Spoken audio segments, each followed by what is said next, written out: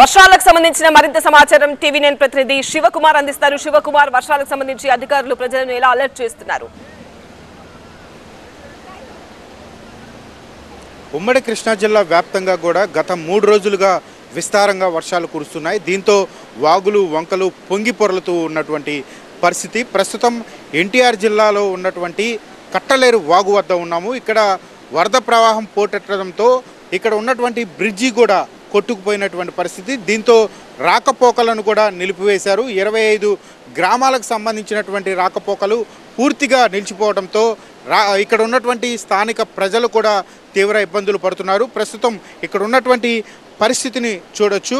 ప్రస్తుతం మనం బ్రిడ్జి ఏదైతే చూస్తున్నామో కొట్టుకుపోయినటువంటి బ్రిడ్జిది 6 సంవత్సరాల కిందట వరద ప్రవాహానికి కొట్టుకుపోయింది. దీంతో ఈ బ్రిడ్జి నిర్మాణం చేపట్టాలని గత ప్రభుత్వం ప్రారంభం చేపట్టినప్పటికీ కూడా నిర్మాణ పనులు అనేవి పూర్తి కాకపోవడంతో దానికి పక్కనే అప్రోచ్ రహదారిని ఏర్పాటు చేసి ప్రజలకు ఇబ్బందులు లేకుండా రాకపోకలు కొనసాగిస్తూ ఉన్నారు. అయితే 2-3 రోజులుగా కురుస్తున్నటువంటి భారీ వర్షాలకు వరద పోటెత్తడంతో ఈ అప్రోచ్ రహదారి కూడా పూర్తిగా కొట్టుకుపోయినటువంటి పరిస్థితి. ప్రస్తుతం ఇక్కడ ఉన్నటువంటి పరిస్థితిని కూడా చూడొచ్చు.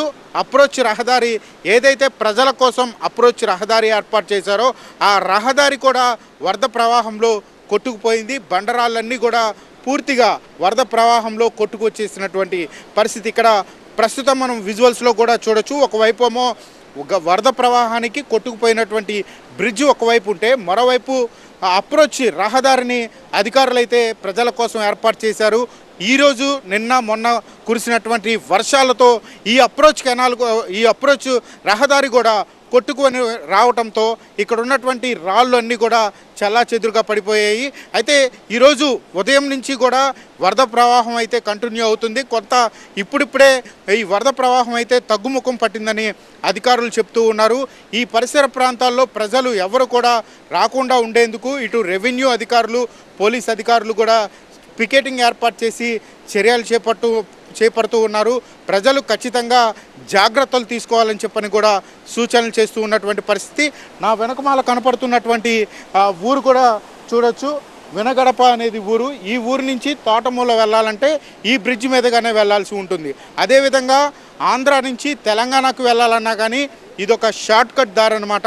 ఈ దారి గుండానే ఏపీ తెలంగాణ నుంచి వచ్చేటువంటి ప్రయాణికులు కావచ్చు వీళ్ళందరూ కూడా రాకపోకలు కొనసాగిస్తూ ఉంటారు.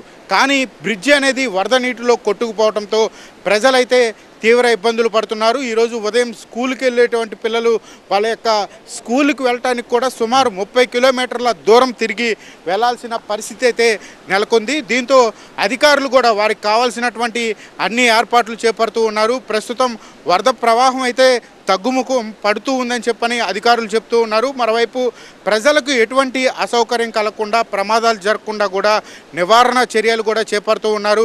హెచ్చరిక బోర్డులను ఏర్పాటు చేసి ఇటువైపు ఎవరు రాకుండా కూడా చర్యలు తీసుకుంటున్నటువంటి పరిస్థితులు అయితే ఇక్కడ కనపడుతూ ఉన్నాయి. రైట్, అది కృష్ణా జిల్లాలో పరిస్థితి. నెక్స్ట్